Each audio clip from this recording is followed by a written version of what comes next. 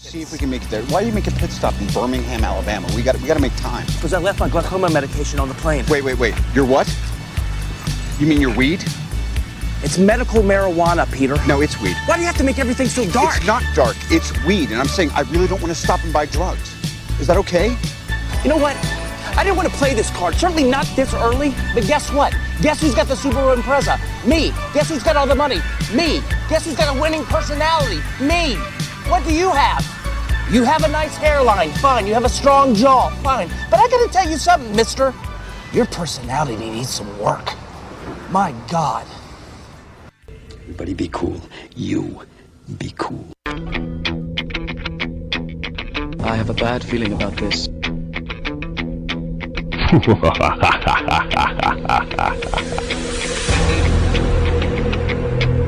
don't feel very good. Stop whining. Hey, scumbag. It's a trap. Shampoo is better. Help! Somebody save me! Man, you are one pathetic loser. Oh, really, boy? Nice beaver.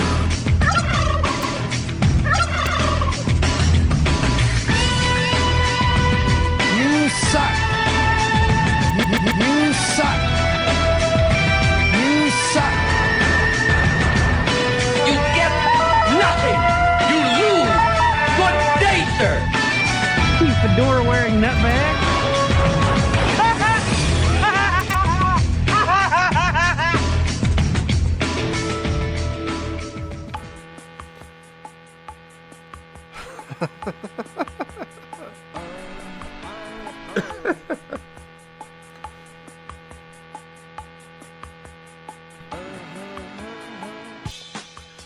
Thank you for tuning in to the Other People's Show.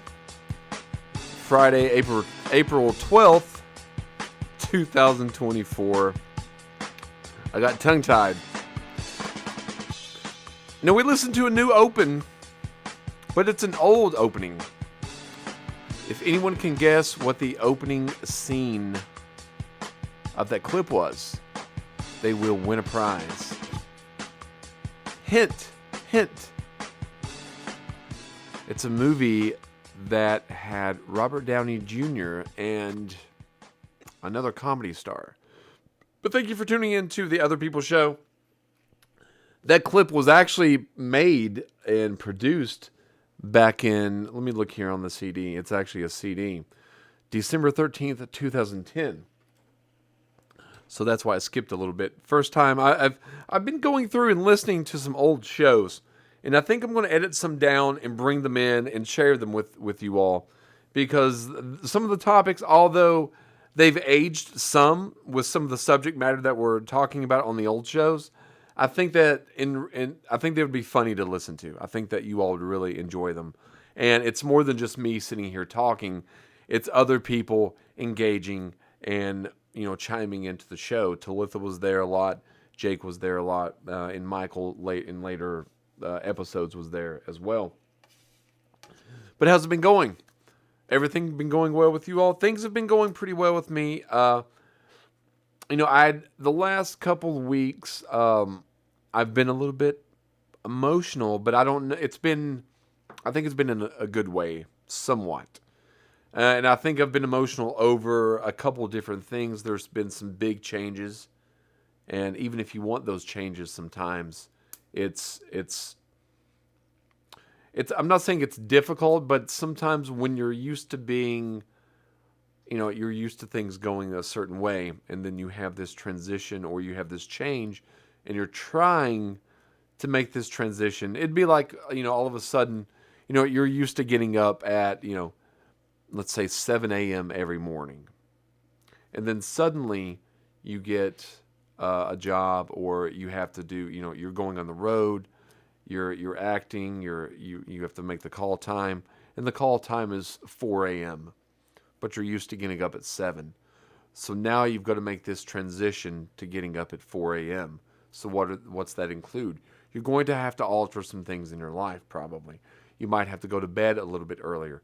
Maybe you might have to have your lunch packed, you know, for your next day. maybe have, you want to lay your clothes out. So in the morning when you get up, you can just go ahead and jump in the shower, put your clothes on and go. Maybe you want to have your coffee prepared in the coffee maker the night before as well. So when you get up in the morning, before you get in the shower, you push on, it starts making coffee, you're ready to go. So there's all these little changes that you need to make in life when things go differently than they had for any said period of time. And I say all that to say that mixed with some other things had kind of made me a little bit emotional over the last, I would say the last 7 to 10 days, last, my entire life. But what kind of sparked some of it, in addition to those changes that were going on in my life, I drive a lot now. I've always enjoyed driving. I used to drive back from the Wise County area to DC every weekend for going on for about a year. I don't like driving that much. I should be a truck driver if I was going to do that. But I do drive quite a bit more than I was driving before. So therefore, I've been going back because some of the area that I'm driving in doesn't have the best service. So I've been going back and listening to some old shows that I have on CD. And I'm holding the CD up in my hand for those of you that may not know what a CD is that are watching. They may know, they may not know. But back in even the mid-2000s to 2000, I would say 12, all the shows that I had recorded, we had, made them into an MP3, of course, but they're also a hard copy, which is on CD. And my car happens to still have a CD player, so sometimes I'll just grab random CDs and listen to random shows, which is how I rediscovered the opening for tonight. But while listening to those older shows, they've made me gain some perspective in doing the radio show, what it lacked then, what it lacks now, and also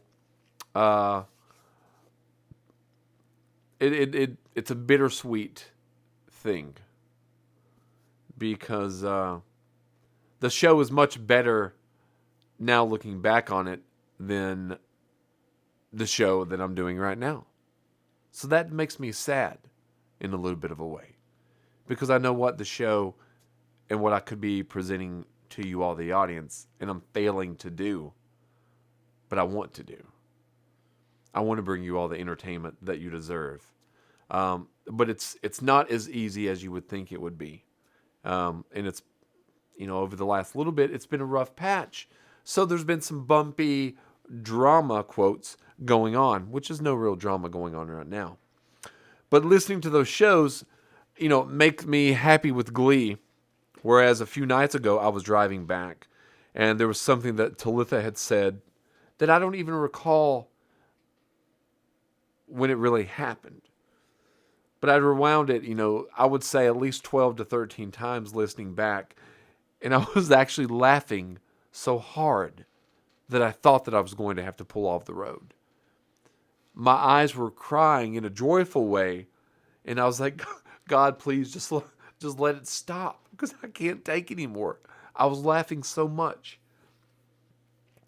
But it was funny because listening back in studio at the time, I wasn't laughing about it at all.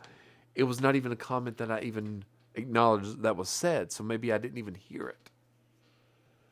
And then it also makes me think, we mentioned a lot of the things on that old show.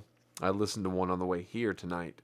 And the one that I'd listened to was when Kanye had stormed the stage when Taylor Swift won the, when she won an award that time. And he'd barged up on stage and said, the Video Music Award, said, your video was fine, it was good, but we all know Beyonce had the best music video. It was all when that fiasco was going on right there. And that's kind of what we were talking about. So there's a lot of topical things like that as well. There's some Michael Vick talk in there. Sometimes we'll mention, whatever movie or music is being released at the time.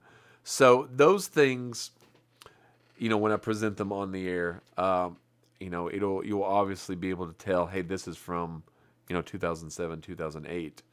But I think the content still is very entertaining, and I do think that you all will be entertained by these old shows, because there's a lot of the old shows on SoundCloud, probably a couple hundred maybe, but SoundCloud costs money to maintain every month, and I'm trying to cut costs. So right now, SoundCloud is not really in the budget. So I'm trying to add. I'll probably add some of these slowly to Spotify. You can go there and check out. I don't think I even gave out the plug at the very beginning of this show. You can go to all of our social media pages. That's the Facebook, Spotify, YouTube, TikTok, and Instagram, The Other People's Show. Like and subscribe. So it's been a good week. I often will submit the films that we have worked on in Dreams and such to free film festivals. Like I said, I'm working on a budget or no budget. So I have to be very frugal with finances and things such as this. So I will go through every so often and to a free fest that I would qualify for, enter the film festival. Just got a notification a few days ago that In Dreams was actually accepted out of, I think it was 135 submissions, and was one of the finalists. Obviously, we didn't win, but they said they're going to feature the film in the future, which was a nice little pat on the back. So I do want to say thank you for everyone that was involved in the In Dreams short film, and it's still streaming on YouTube if you want to go check that out. And we're going to be working on a couple more productions. Now, I said this on the TikTok and the Facebook, but I'm going to say it here live on the show tonight. If anyone would be interested in, jumping in and co-hosting, or even just coming in to to do the show, please let me know. I'm going to be seeing, and I guess I don't want to use the word audition because people get nervous, or they even get nervous sometimes coming into the station. But I'm going to throw it out there that we're shooting 2 more short films, and I'm going to be auditioning for a co-host, or at least somebody that would like to come in once, maybe twice a month, and do some stuff, productions, and be involved in the radio show. It's going to be expanding. Winter is almost over. Hopefully it's over for good, because if the winter is over, things are going to be happening more in the show, because I don't like to get out in the winter. I really don't. I do, but I don't. I do get out, but I don't want to. So that's going to be going on. We have a short, and I'll go on about this, or stop in just a moment. We have a short film entitled Midlife coming out next month. And another one that probably going to shoot in May that'll be coming out later in the summer. And then a feature film, which is probably going to be shot in and around Nashville, primarily. We'll shoot some here as well. Going to be shooting in September 2025. So a lot of interesting and fun things coming up. Now, something that kind of, I don't want to say intrigues me, because it doesn't really intrigue me, I guess. But this phenomenon of the silver fox. Like I said, I've been listening to a lot of the older shows, and we happened to tackle, this issue or topic back then. So it's come to my attention again, for the last little bit, that Bon Jovi is now turned into a silver fox.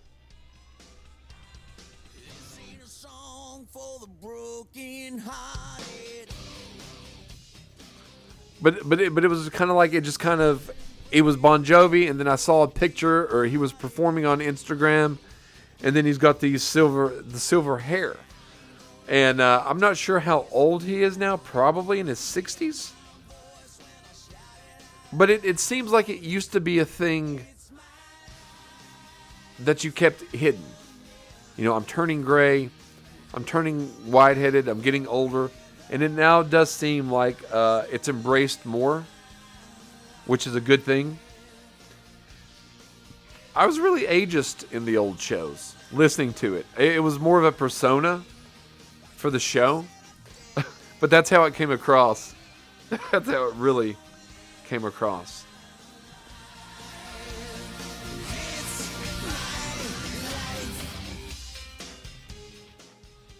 But is the Silver Fox thing always been a thing?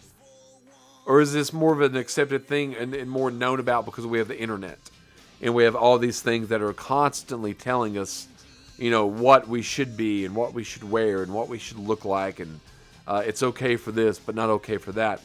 And I think it's more difficult now to make any kind of decisions if you have those constant distractions bombarding you all the time. Because I was also thinking, you know, we used to film and movies that came out used to be a much bigger deal than what they are now. When an artist released music or a song, it was kind of like it was a big thing. But now you can go, I could film the show right now, edit it tonight when I get back to the apartment, and then post it on Spotify and YouTube, the other people's show, for you all to go and watch again and listen again. Whereas before, all this technology and all these things weren't at our fingertips, and I think that's made it kind of it's been such a great thing creatively, because a lot of the things that I had thought about back in the mid-2000s and wanted to do, they're actually available to do now. I just didn't know the technology back then was more expensive, and I was like, I wish we could do this. We can, but now the technology is where, you know, it should have been 15 years ago, where I wanted it to be. But yeah, it makes things seem not as special because there's so much of everything. And that's just kind of been a little bit of what I've been thinking about lately. Like I said, I've been driving more, so I've got about 12 extra hours per week to really just sit back and think. Well, not sit back. Drive.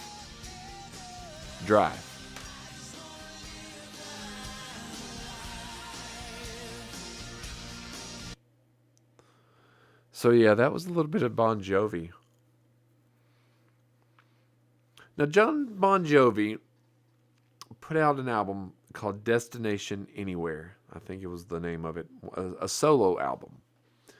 And I don't think it ever really got quite as popular as, the Bon Jovi albums. But, yeah, I was listening. Whenever I want to feel kind of a little bit upbeat or, to me, a Bon Jovi song for the most part is kind of like, like a...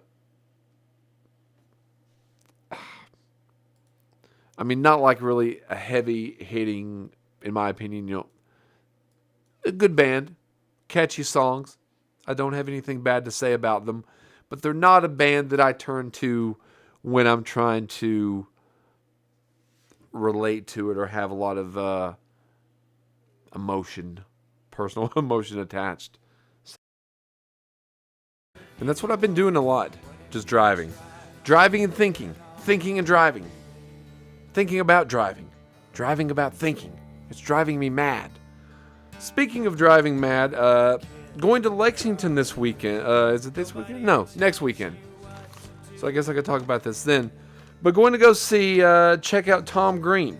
If you remember Tom Green, he had one of the funniest and offbeat shows of 1999 and 2000, the Tom Green Show. It ran for a while in Canada on public access, and he was doing his internet show for a while, and he was at the forefront a lot of the internet stuff because he was doing what the podcast and videocast are doing now, he was doing this stuff back in mid 2005, 2006. He was doing Tom Green Live, which he had transformed. You can find it on YouTube, and he's the inspiration behind of what Joe Rogan does today. Tom Green doing what he did, and Joe Rogan would even say that. So Tom Green had turned his Hollywood home, a section of it, into a television, basically, internet studio at the time. And he would have his desk from the show there. He would have guests come in. He had even built, a place for the audience to sit. And he would have decent guests up there that would come to his house. He would have, let's see who he had. He had like Pauly Shore, and they had Andrew Dice Clay, and then Andy Dick, and he had Norm Macdonald, and then he had Val Kilmer, and Jamie Kennedy, and Redman, and like all these just an odd variety. Tim and Eric, a lot of comedians and things like that. But Carson Daly would go there, and it would be Steve-O, I guess, and sometimes they would do 4-hour shows. And the vibe that Tom Green had on that show, which was different than his television show, was always the vibe that I tried to make for the shows that we were trying to do visually. Never really happened. It came so close. But yeah, Tom Green, he's a funny stand-up. I'd seen him, my friend Kim and I had seen him, I guess, back in Lexington and maybe Louisville. I think it was Louisville. Back in 2010. And then I'd seen him and met him up in D.C. And then when I was in California, we went to his show there, which there, it was like more in a studio. And he was doing like 3 30-minute shows. Eric Andre was the guest that day. And then 2 other guests. And you would meet, so this was kind of the cool thing about him. So you would meet the people that wanted to be the audience of Tom Green's show. Would meet at the Donut Prince in California. It was in Burbank, right outside of Burbank. So there would be a handful of people that would show up, and then you would write your name down on a piece of paper.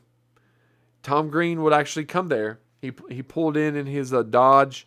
What do you have? A Challenger, something like that, and it was black. And I've got a picture of it to document the entire thing. And he met everyone there that was at the Donut Prince, which was the donut shop. Then he would get the names and stuff, and he would give these names. He would leave. He would give these names to whomever, and then he would give us an address to meet back at in 15 minutes. So we would go to the address, which was in walking distance of the Donut Prince. If our names were still on the list, there was somebody there in a bunny costume with actually I think they just had, now thinking back, I think they just had the bunny head. I don't think it was a full costume. I think it was just the bunny head. And then they gave us something that pretty much allowed us admittance to the show. So once we got inside the show, it was a small little studio. It had the Freddy Got Fingered poster, Stealing Harvard poster, Road Trip poster, some movies that he had been in. There was a Pac-Man arcade game. Tom Green had his own Canadian beer. So there was like a feather flag of that. And then you went into the other room. And then the other room had the stage, which I don't want to say a stage, because it wasn't really a stage. But it had an area with a backdrop of California. And if you go on and watch Tom Green Live on Access TV, it was basically a very similar set as he had on there. You would sit there. There would be a couple of cameras. I think 3 or 4 different cameras. Maybe 15 to 20 audience seats. And then the show would tape live. And it would be live on all the social medias. And then on YouTube and such like that. So when we went, there was a guy there, and we met him at the Donut Prince. He was really friendly, but he was overly friendly.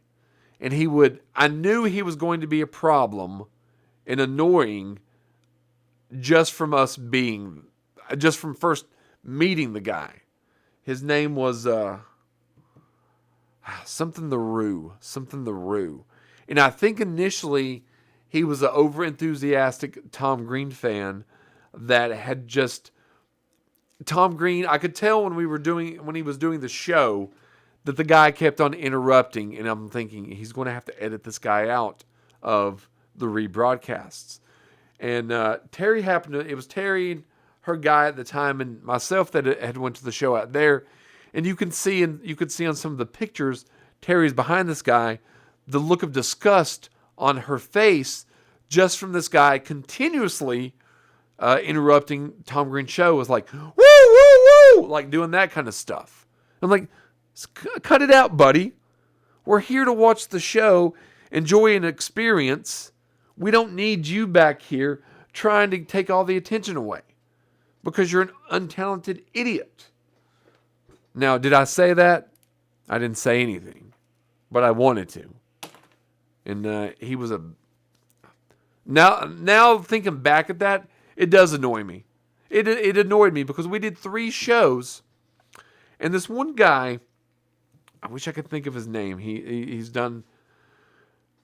You would think that he's like a fake. Well, he says that he's a real doctor of like anthropology or something like that. I can't remember exactly what his credentials were, but he was deadpanned, 100% deadpanned, and he was one of the funniest people on the show. Eric Andre was on there, if you remember him from the Eric Andre show, which all these shows kind of stole a little bit from Tom Green, if you think about it. Even the Tom Green, the Bum Bum song, Lonely Swedish, was number 1 on TRL, Total Request Live, hosted by Carson Daly. And unexpectedly, this is a little behind the scenes knowledge you might not know. Unexpectedly, TRL wasn't going to be live the following week. This was on a Friday. The fans had called in, had voted the Tom Green song number 1 video of that day, and it was number 1. But MTV didn't want the audience to know that that Total Request Live wasn't always live. So they had already pre-recorded the next week's show without the Bum Bum song being on the show. So they requested that Tom Green go on and retire the Bum Bum song after 1 day on TRL, which I thought was speaking of bogus from earlier, that's a boneheaded move on MTV's part. They did not care, honestly, looking back and knowing what I know now, they did not care about anything about Tom Green and the show. They were trying to milk that as quickly as possible and make as much as possible while they could. Because if the Bum Bum song would have continued, I do think it would have been on the show a couple of more times, and his popularity would have continued. Same thing with his show. His show never really got canceled. He just ceased production because he got cancer. Everybody on the production of the Tom Green show then suddenly moved over to the Jackass show, which I think is not nearly as good of a show. Let's listen to a little bit of the Bum Bum song. Bum is on the rail.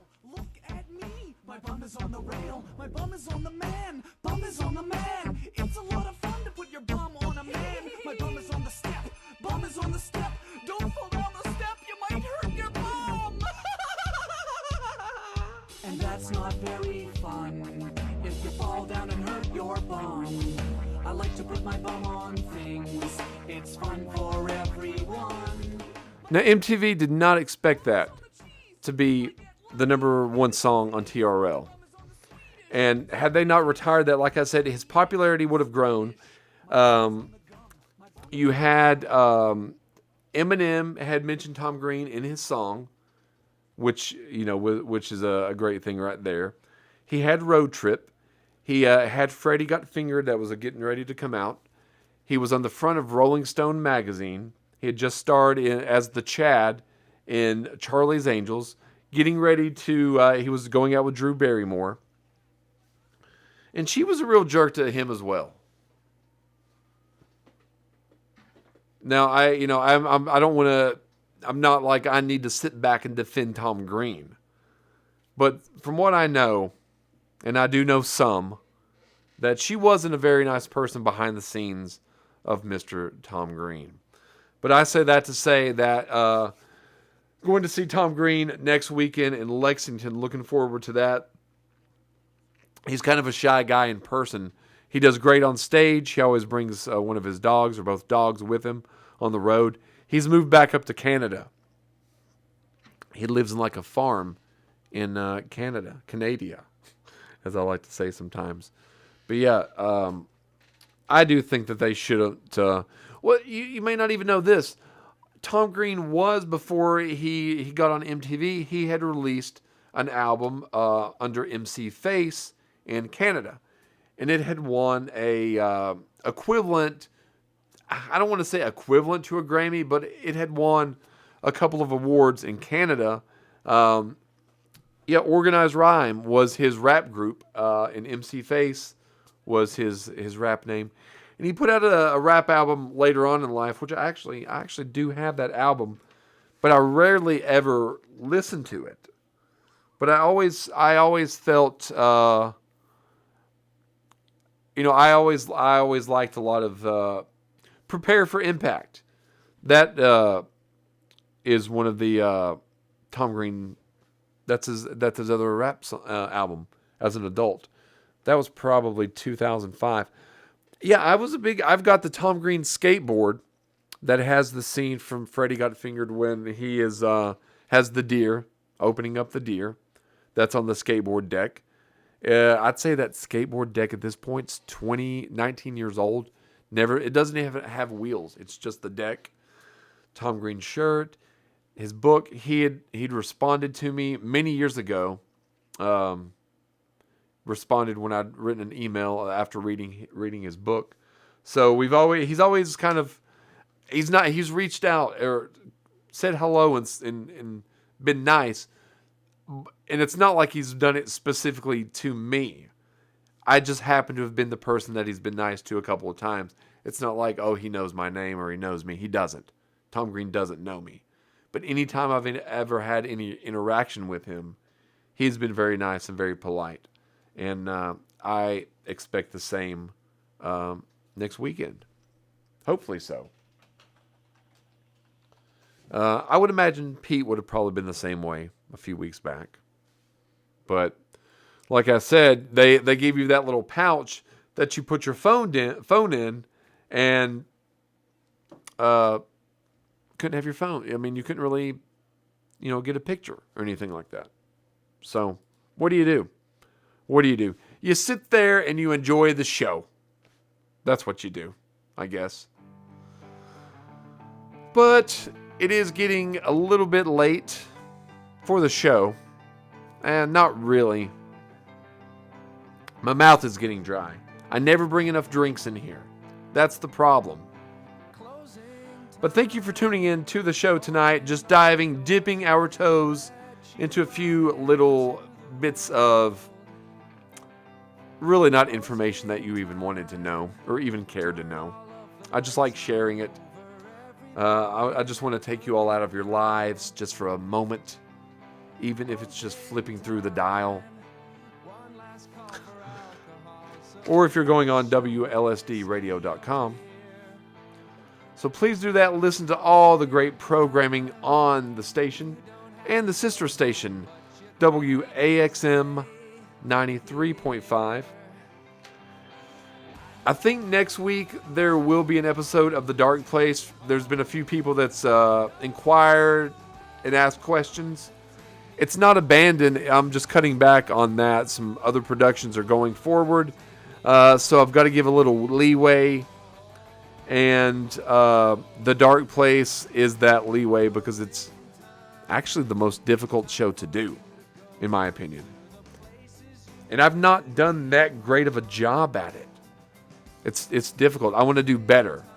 So maybe if I only do 1 or 2 a month, it'll be better than just mass producing subpar episodes. That's my hope. That's my hope. But I do appreciate each and every one of you all. Oh, before I go, I was in line earlier, and this always makes me smile, and I'm always very thankful that I only had a few items, and a lady let me get in front of her so I could get out of the store earlier. So, ma'am, I told her tonight that I would say thank you for doing that.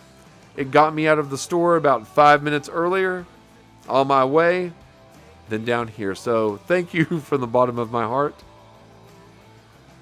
And thank you all watching, listening, tuning in to the Other People Show. Have a good night.